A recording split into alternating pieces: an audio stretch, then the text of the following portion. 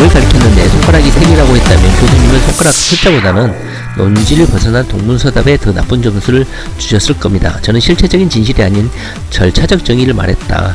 한 전 총리의 유무죄가 아닌 검찰의 위중교사, 증거은폐, 마녀사냥, 그 다음에 헌법상 재판받을 권리에 관한 것을 교수님이 모르실 리 없습니다. 그러나 첫 번째 글을 읽어보면 한 전 총리의 유무죄를 다툰 것은 아닌데 검찰이 위중교사를 했을 것이라는 것은 거의 진실에 가깝다. 이렇게 검찰에 불신하는 그런 글을 올린 것은 사실입니다. 이재명 도지사가. 법원의 최종 판단은 존중되어야 하지만 그건 역시 인간의 일이라 절대 진리일 수가 없고 형사소송법 420조는 재심 사유를 규정하고 있어요. 온 판결의 증언이 허위이거나 수사검사가 직무에 관한 죄를 범한 경우 재심 사유가 된다고 했죠. 그러다 보니까 한만호의 증언이 자신이 검찰의 허위 협박과 이런 강아지 노릇을 해가지고 허위 증언을 했기 때문에 한명수 정 총리는 재심 사유가 된다. 이렇게 이재명 도지사는 보는 거예요. 그러니까 420조에 부합하다는 거야. 재심 사유를 만족하고 있다 이 말이죠. 검사가 직권을 남용해서 이중교사를 범했다면 처벌해야 되죠. 검사도 무고함을 주장하는 피고인에게 조작 증거를 빼고 다시 심판할 기회를 주는 것은 절차적 정의에 해당한다. 유무죄의 실체적 정의만큼 절차적 과정도 중요하다. 그래서 10명의 범인을 놓치더라도 무고한 한 명을 만들지 말아야 된다는 것은 거의 법원이라고 할 수 있죠. 법언이라고 할 수 있죠. 검찰의 중립과 정의로움은 적폐청산의 알파이자 오메가이다. 이재명 도지사도 검찰의 개혁 필요성을 여시 없이 주장하고 있습니다. 질서와 분쟁의 최후 심판자인 검찰이 사건을 조작해버려. 그리고 인권을 짓밟아. 이것은 완전한 범죄죠. 검찰이 바로 서야 나라가 바로 선다는 말처럼 정의를 외면한 검찰 적폐는 모든 적폐의 시작이자 뿌리다. 자, 여기서부터 이재명 도지사가 자신에 대한 이 검찰의 수사 정 과정을 이재명 도지사가 겪었잖아요. 그거에 대해서 적나라하게 비판하고 있어요. 한번 보시겠습니다. 정신질환을 증명하는 수많은 증거를 끝까지 은폐했죠. 6,000개 가까이 은폐했죠. 적법한 강제진단을 직권남용으로 기소를 했고 법률에 위반된 입법 관행을 깼다고 관행에 위반됐기 때문에 범죄다. 이런 황당한 주장을 했죠. 그리고 무죄 근거인 대법원 판결을 유죄의 증거로 사용을 해버려. 적법한 직무행사라는 대법원 판결을 오히려 유죄의 증거로 언론 플레이를 해버렸대 말이죠. 마녀사냥하는 검찰 때문에 지금까지 제가 겪는 고통은 말로 표현할 수가 없다. 심지어 뭐 죽고 싶었을 정도였다. 이렇게 이재명 도지사가 억울함을 표현했죠. 사족이지만 검찰의 황당 주장을 검증 없이 반론까지 외면하면서 대서특필한 언론의 마녀사냥도 정말 황당했다. 참 그랬죠. 정말 그랬죠. 자, 한명수 전 총리나 조국 전 장관의 의무죄를 떠나 검찰의 증거 조작과 마녀사냥이라는 검찰의 절차적 정의 훼손은 저와 같은 피해를 입히고 있다. 다시 말하면 이재명 도지사가 조국 전 장관에 대해서도 입장을 표명했었죠. 그때 당시에도 조국의 유무죄를 비판한 게 아니었죠. 그것을 다룬 게 아니었어요. 검찰에 가서 실체적인 절차적 과정을 한번 겪어봐야 되지 않냐, 주장은 들어봐야 되지 않냐, 이런 그런 글이었죠. 범죄보다도 범죄를 다루는 검찰의 범죄는 더 무겁다. 검사들의 범죄는 더 무겁다 이거죠.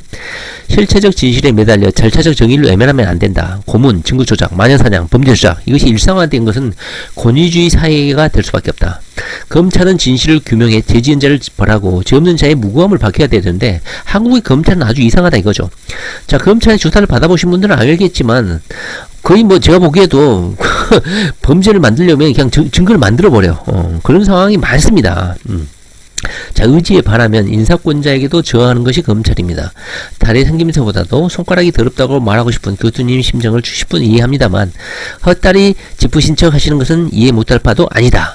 그러나 교수님에게는 손가락이 중요하겠지만 목숨이 왔다 갔다 할 수 있고 거의 피폐하게 되죠. 이렇게 인권 탄압, 거의 검찰에 거의 뒤집어 씌우는 악행과 같은 검찰의 수사를 받으면 누군가에게는 달이 더 중요하고 인권 침해를 받게 되겠죠.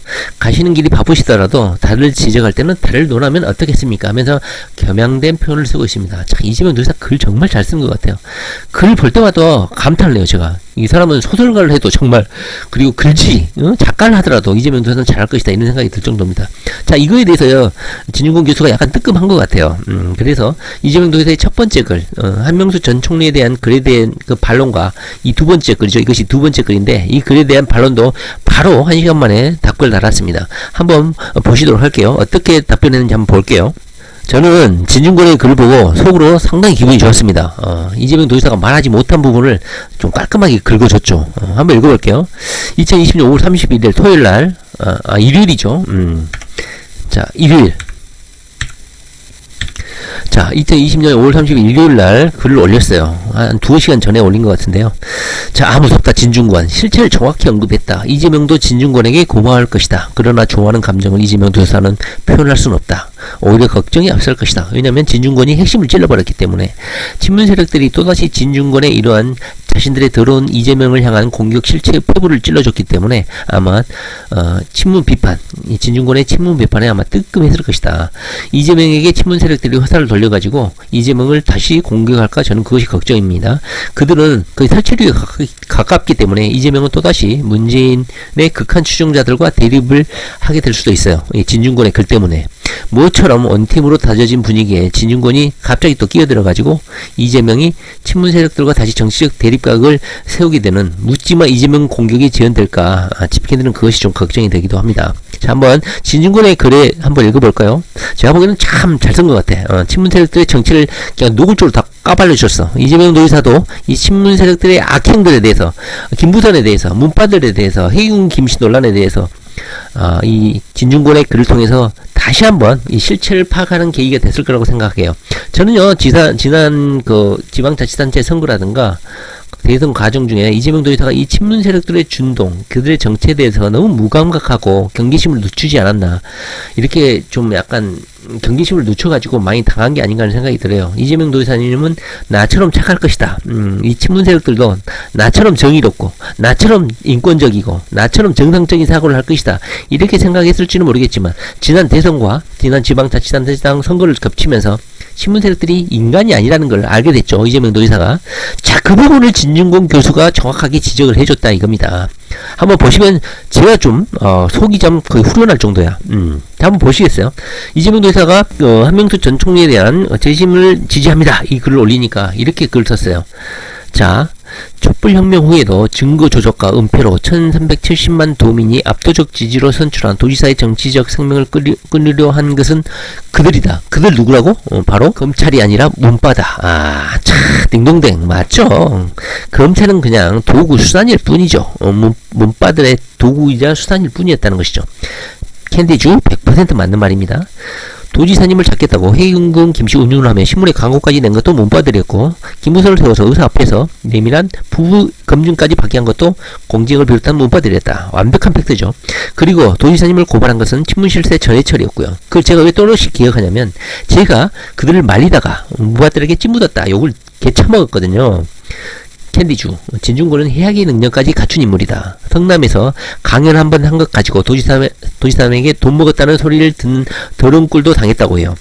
자, 진중권은 이재명과의 인연을 강조하고 있고 나쁜 의미는 아닌 것 같아요. 제가 보기에는 이재명 그리고 진중권 우리는 억울한 사람들이다를 강조한 문장으로 보여요.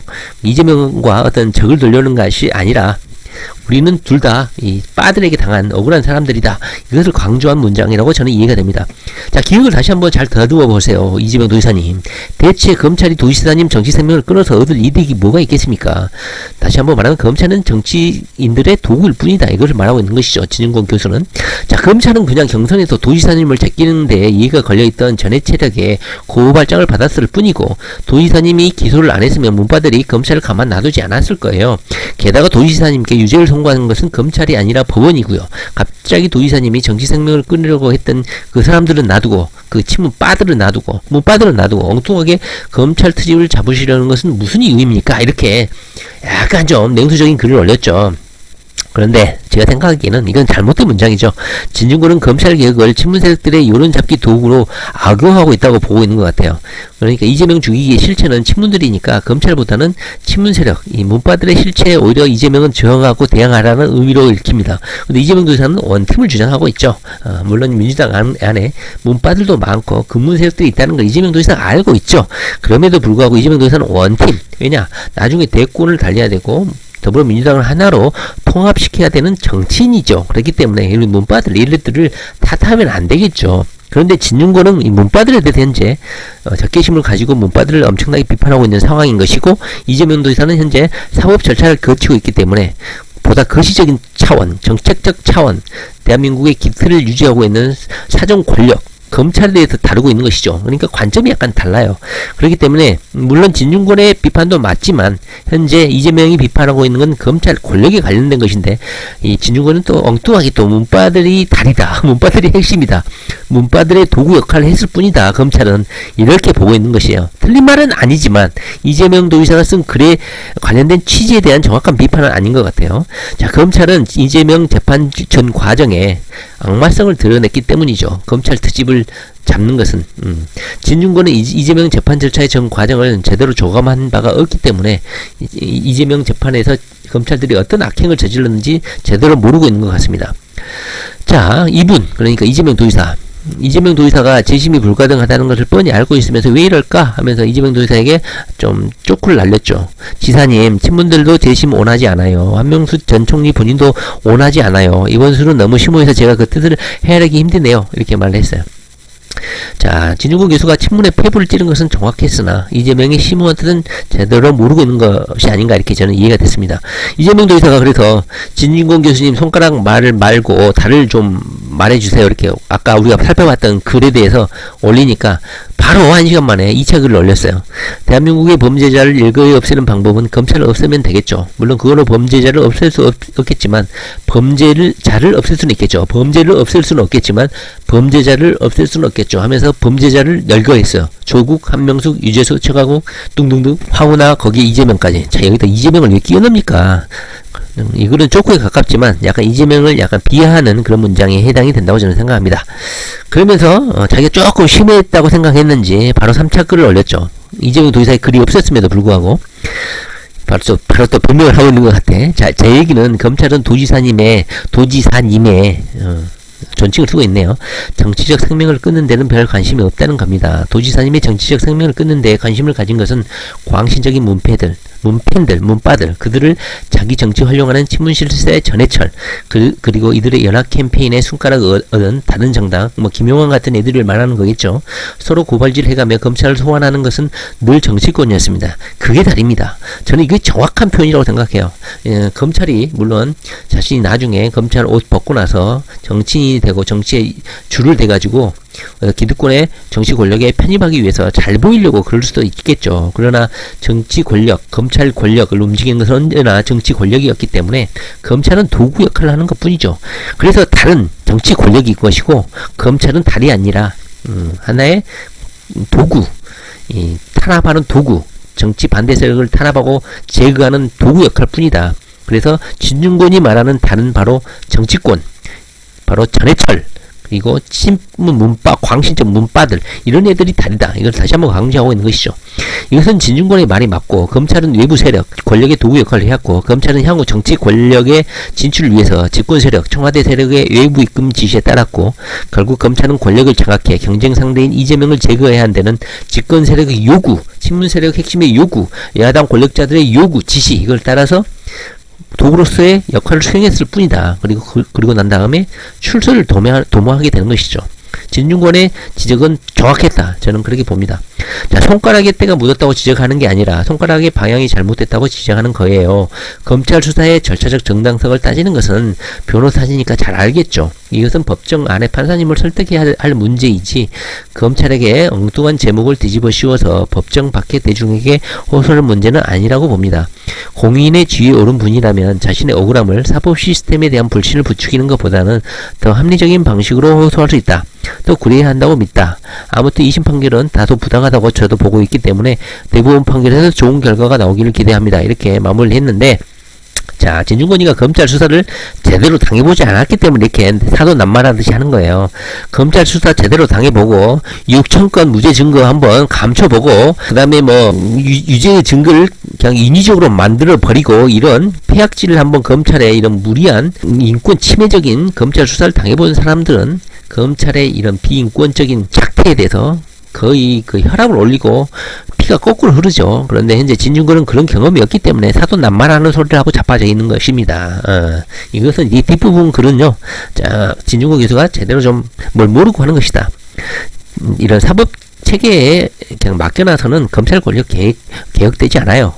여론들이라든가 이런 법정 밖에 대중 밖에 호소를 해야지만 해결되는 거예요.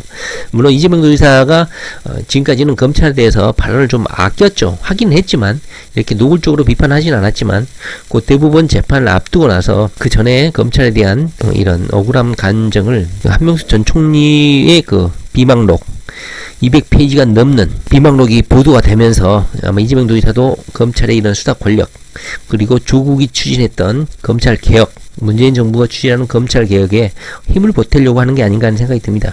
조국의 유죄 무죄에 대해서 현재 이재명 도지사가 노라는 게 아니라는 거예요. 문재인 정부라든가 조국에 대해 가지는 감정은 좋지 않다는 것은 이재명 도지사 언론에서 말하는 여러 가지 인터뷰에서도 드러나고 있는 것 같아요. 자, 그 부분은 한번 다음 기회에 한번 살펴보도록 하겠습니다. 자, 오늘은 저 약간 길었는데 이재명 도지사가 글을 이렇게 보통 길게 쓰지는 않거든요. 그런데 페이스북에다가 장문의 글을 올렸기 때문에 현재 검찰 권력에 대해서 어떤 인식을 가지고 있는지 그 부분에 대해서 한번 살펴봤습니다. 그리고 진중권 교수가 이재명 도지사의 이 글에 대해서 물론 이재명을 공격하기 위해서 아니면 자신의 입지를 강화하기 위해서 이재명을 깠는지는 모르겠지만 깠다기보다도 이 진중권 교수가 이 친문 문바들에게 당한 소름이 너무 컸나봐요. 그래서 실체는 이재명을 죽이려는 핵심 세력은 문바다. 이것을 정확하게 지적해 줬어요. 이재명 도지사도 진중권 교수의 이 말에 약간 좀 속으로는 후련했을 거예요. 이재명 죽이기 실체는 문바들 맞죠. 그럼에도 불구하고 또 자신에 대해서 공격을 해올 수 있기 때문에 방어막을 친 것 같아요. 이재명 도지사가. 그거 잘한 것 같아요.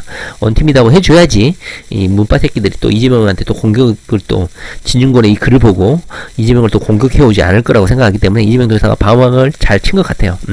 자, 이재명 도지사가 문재인 정부에 대한 노골적인 비판을 한 인터뷰가 있었기 때문에 그것은 한번 다음 시간에 한번 살펴보도록 하겠습니다. 자, 이재명 도지사 화이팅 파이어.